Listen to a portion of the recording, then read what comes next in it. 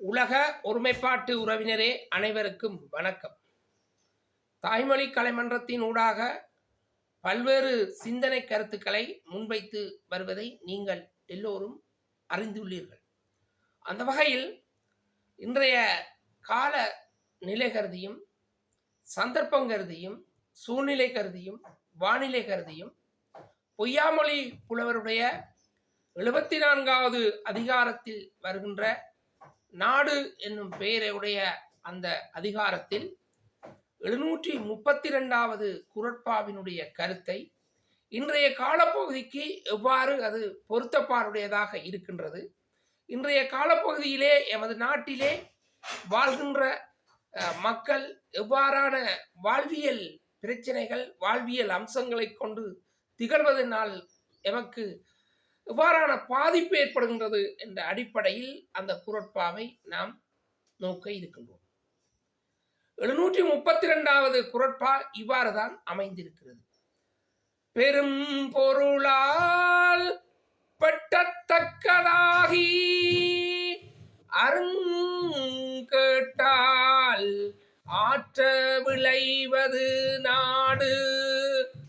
பெரும் பொருளால் பட்டக்கதாகி அருங்கேட்டால் ஆற்ற விளைவது நாடு. பெரும் பொருளால் பட்டக்கதாகி அருங்கேட்டால் ஆற்ற விளைவது நாடு. பெரும் பொருளால் பட்டக்கதாகி அருங்கேட்டால் ஆற்ற விளைவது நாடு. இந்த குறட்பா இவ்வாறு தான் அமைந்திருக்கிறது. பெரும் பொருளால் பட்டக்க தாகி அருங்கேட்டால் ஆற்ற விளைவது நாடு. அதாவது மிக்க பொருள் வளமும் கூடிய பொருள் வளமும் எல்லோரும் விரும்பத்தக்க வகையிலே நாடு அமைந்திருத்தலும், கேடு இல்லாத வகையிலே நல்ல விளைச்சலை தரக்கூடிய விளை நிலமும் இருக்கின்றதே சிறந்த நாடாகும். இந்த குறட்பாவிலே 4 விடயங்களை குறிப்பிடுகின்றார். மிக்க பொருள் வளம், மிக்க அதாவது கூடிய பொருள் வளமும் எல்லோரும் விரும்பத்தக்க வகையிலே இருக்கின்ற நாடும், கேடு ஏற்படாத வகையிலே விளைச்சலை தரக்கூடிய, அதாவது கேடு இல்லா எந்த வகையிலும் கேடு இல்லாமலும் நல்ல விளைச்சலும் தரக்கூடிய இந்த 4 செயற்பாடுகளும் சிறப்பாக இருந்தால் அது நாடாகும். இன்றைய கால பகுதியிலே இந்த குறட்பா மிகவும் பொருத்தப்பாடுடையது. ஏனென்றால் மிகுந்த பொருளை உடைய நாடு இருக்குமானால் அதனால் அயல் நாட்டவர்கள் விரும்பத்தக்க வகையிலே அமையுமாம். அதாவது மிகுந்த செல்வ வளத்தை உடைய இயற்கை வளத்தை உடைய அந்த நாடு இருந்தால் அயல் நாடானது எமது நாட்டை விரும்புமாம் என்று அந்த குறட்பாவுக்குள் நாங்கள் இன்றைய காலப்பகுதிக்குள்ளே பொருளை எடுத்துக்கொள்ளலாம். பெரும் மழை, கடும் வெயில், கொடுமை விளைவிக்கும் விலங்குகள் பறவைகள் ஊர்வன, முறையற்ற அரசு ஆகிய கேடுகள் இல்லாது அதிக விளைச்சலை தருவதே நாடு ஆகும். ஆனால் எமது நாட்டிலே பெரும் மழை இருக்கின்றது, பெரும் வெயில் இருக்கின்றது, கேடு விளைவிக்கக்கூடிய கேடை ஏற்படுத்தக்கூடிய விலங்குகள் பறவைகள் ஊர்வன இருக்கின்றன, முறையற்ற அரசு இருக்கின்றன. அப்ப இவ்வாறான முறையற்ற செயற்பாடுகள் இருக்கின்ற வகையிலே இவை எல்லாவற்றையும் இல்லாது ஒழித்து அதிக விளைச்சலை தருவதே நாடு ஆகும். எமது நாட்டிலே இந்த செயற்பாடுகள் அதிகமாக இருக்கின்றன. நாம் இயற்கையின்படி எமது வாழ்வியல் முறைகளை அமைத்துக் கொள்ளாமல் விசையந்துகள், பாம்புகள், ஊர்வன இருக்கின்ற மலை பிரதேசங்களிலே குடியிருப்புகளை அமைத்துக் கொண்டு வீரவசனம் பேசிக் கொண்டிருக்கின்றோம். உங்களுக்கு தெரியும், 2016ஆம் ஆண்டே ஐக்கிய நாட்டு சபையிலே கடமையாற்றுகின்ற விஞ்ஞானிகள் ஒரு அறிக்கையை விட்டு இருக்கின்றார்கள். 2050ஆம் ஆண்டு காலப்பகுதியிலே மலையகமும் யாழ்ப்பாணத்தினுடைய சில பிரதேசங்களும் அழிவை நோக்கி போகும் என்று. ஆனால் எமது நாட்டிலே தொடர்ச்சியாக மாறி மாறி அரசியல் செயற்பாடுகள், அதிகாரங்கள் போன்றவற்றிலே இருந்து வருகின்றவர்கள் சுயநல அடிப்படையிலே தங்களுடைய தன்னலத்தை மட்டுமே கருதி இருக்கின்றார்கள். இதனால் நாம் அழிவினுடைய விளிம்பை தொட்டிருக்கின்றோம். இதற்கு ஊழும் காரணம். என்னுடைய பல சிந்தனைகளிலே நான் வலியுறுத்தியிருக்கின்றேன். ஊழ் என்றால் என்ன, இதற்கு ஊழும் காரணம்.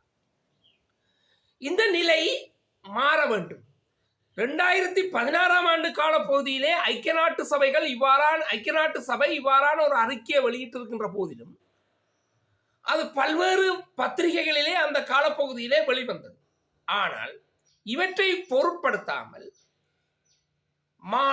மாளிகை, கோட எல்லாவற்றையும் அமைத்துக் கொண்டு அங்கே டாம்பிகமான ஆடம்பரமான வாழ்க்கை முறையை அமைத்துக் கொண்டிருக்கிறார். இயற்கையான இடத்திலே, அதாவது மலை பிரதேசம் என்றது அங்கு இயற்கையான மழை பெற வேண்டும். ஆனால் அதை நாம் அழித்து செயற்கையான வாழ்க்கை முறையை மேற்கொண்டதனால் இவ்வாறான ஒரு பாரிய ஒரு விளைவை சந்தித்திருக்கின்றோம். ஆகையால் இந்த குறட்பா மிக மிக பொருத்தப்பாடுடையது. பாருங்கள், பெரும் பொருளால், அதாவது மிகுந்த பொருளை உடைய வளம் மிக்க நாடாக இருக்க வேண்டும். பட்டக்கதாகி, அதாவது எல்லோரும் விரும்பத்தக்க வகையிலே அருங்கேட்டால் எந்த வகையான கேடும் இல்லாத வகையிலே ஆற்ற விளைவது நாடு. அவ்வாறான வகையிலே மிகுந்த விளைச்சலை தருவதே நாடாகும். இன்று பாருங்கள், எத்தனையோ வயல் பிரதேசங்கள் எங்களுடைய நாட்டின் அடிப்படையிலே நான் நிலங்களாக நாங்கள் பார்க்கின்ற பிரதேசங்களிலே, நான் நிலம் என்ற அடிப்படையிலே பாரம்பரியமான ஒரு முறை அடிப்படையிலே அமைத்து கொண்டால் கூட, குறிஞ்சி, முல்லை, மருதம், நெய்தல் என்ற அடிப்படையில் அமைத்து கொண்டால் கூட, இங்கே இந்த முல்லை நிலத்திலும் ஏனைய நிலங்கள், அதாவது முல்லை நிலத்திலே வாழ்கின்ற மக்கள் என்பது மிக குறைவாக இருக்கின்றது. மலை பிரதேசங்களை அண்டி வாழ்கின்ற, அதாவது குறிஞ்சி நிலத்திலே வாழ்கின்ற மக்கள் அதிகரிக்கின்ற போதும், நெய்தல் நிலத்திலே வாழ்கின்ற மக்கள் அதிகரிக்கின்ற போதும் ஒரு அழிவு ஏற்படும் என்பதை அன்றே அங்கு கண்டு வைத்திருக்கிறார்கள். இந்த அன்றைய காலப்பகுதியிலே பாருங்கள், இந்த நெய்தல் நிலம், குறிஞ்சி நிலம், மருத நிலம், முல்லை நிலம், இந்த நிலங்களில் இருந்து அப்பாற்பட்டு இந்த நிலங்களுக்கு அப்பாற்பட்ட வாழ்க்கை முறை என்பது இல்லை. அதாவது நான் நிலத்துக்கு ஏற்ற வகையிலே அந்த வாழ்க்கை முறை அமைக்கப்பட்டது. ஆனால் இந்த நான் நிலங்களும் சொல்லக்கூடிய வகையிலே அமைக்கப்பட்டிருந்த அந்த இயற்கையான செயற்பாடுகளுக்கு அங்கே சுதந்திரமான வழிமுறைகள் அமைக்கப்பட்டிருந்தன. ஆனால் இன்றைய காலப்பகுதியிலே அந்த சுதந்திரமான வழிமுறைகள் என்பது இல்லாமலாக்கப்பட்டிருக்கின்றன. அது தனி நபர்களாக இருந்தால் என்ன, காலகாலமாக அரசிலே செல்வாக்கு செலுத்தி வருகின்ற அரசாங்கங்களாக இருந்தால் என்ன, அவர்கள் தங்களுடைய தேவை அடிப்படையிலே சில வேளையிலே அவர்கள் ஒரு கட்சியை வச்சுக்கொண்டு, கட்சி ரீதியான ஒரு கொள்கையை வச்சுக்கொண்டு கட்சி கொள்கையை செயற்பட்டுக் கொண்டிருக்கிறார்கள், அல்லது ஒரு மத ரீதியான ஒரு கொள்கையை செயற்பட்டுக் கொண்டிருக்கிறார்கள், அல்லது ஒரு இன ரீதியான செயற்பாட்டை செயற்பட்டுக் கொண்டிருக்கிறார்கள். இயற்கை மொழியை, அதாவது இயற்கை மொழியின் அடிப்படையிலே, இயற்கைக்கென்ற ஒரு தாய்மொழி இருக்கின்றது, ஒவ்வொரு மனிதனுக்கும் ஒவ்வொரு தாய்மொழி இருக்கின்றது. அந்த தாய்மொழியின் அடிப்படையிலே அவர்கள் இயற்கையை நேசிக்க தவறிவிட்டார்கள். இதனால் எமது நாடானது மிகுந்த அழிவை சந்தித்திருக்கின்றது. இங்கே என்னுடைய பல்வேறுபட்ட சிந்தனைகளிலே, அதாவது 2000 ஆண்டு முதல் என்னுடைய எழுத்துக்களிலும் சிந்தனைகளிலும் இந்த கருத்தை மீண்டும் மீண்டும் வலியுறுத்தி வருகின்றேன். ஆனால் அதை யாரும் கேட்டதாகவும் இல்லை, யாரும் பொருட்படுத்தியதாகவும் இல்லை. இருந்தாலும் சமூகத்திற்கு ஓரிருவராது அவ்வாறு செயற்பட்டுக் கொண்டிருக்கிறார்கள் என்ற வகையிலே அது பயன்பாடுடையதாக இருக்கும். பாருங்கள், மிகுந்த பொருளை உடையதாக, மிகுந்த செல்வத்தை உடையதாக, அதே நேரத்தில் அந்த செல்வத்தினால் எமது நாட்டை அயல் நாட்டவர்கள் விரும்பத்தக்க வகையிலே பெருமழை இல்லாத வகையிலே, பெரும் வெயில் இல்லாத வகையிலே, கொடிய விலங்குகள் பறவைகள் ஊர்வன இல்லாத வகையிலே, முறையற்ற ஆட்சி முறை இல்லாத வகையிலே சிறந்த விளைச்சலை தருவதே சிறந்த நாடாகும். ஆனால் எமது நாடு அவ்வாறான நிலையில் இல்லை. இங்கே பெரும் மழை இருக்கின்றது, பெரும் மழை, அதாவது மழை துளியும் மழை, பெரும் மழை, வெள்ளம் என்று இருக்கின்றது, மழை இருக்கின்றது, கடும் வெயில் இருக்கின்றது, கொடுமையான விலங்குகள் இருக்கின்றன. முறையற்ற அரசாங்கங்கள் காலத்துக்கு காலமாக அமைந்து கொண்டு ஒவ்வொரு கட்சி ரீதியான கோட்பாடுகளை நடைமுறைப்படுத்தி கொண்டு மக்களை துன்புறுத்தி கொண்டு விளம்பர ரீதியாக ஒரு மாயைக்குள்ளே வாழ்ந்து கொண்டிருக்கிறார்கள். ஆகவே இந்த நிலை மாற வேண்டும். இந்த நிலை மாறினால்தான் இது சிறப்பான நாடாகும். இந்த 4 நிலைப்பாடுகளையும் முன்னர் ஒரு குறட்பாவில் 731வது குறட்பாவில் 3 நிலைகளை குறிப்பிட்டிருந்தேன்.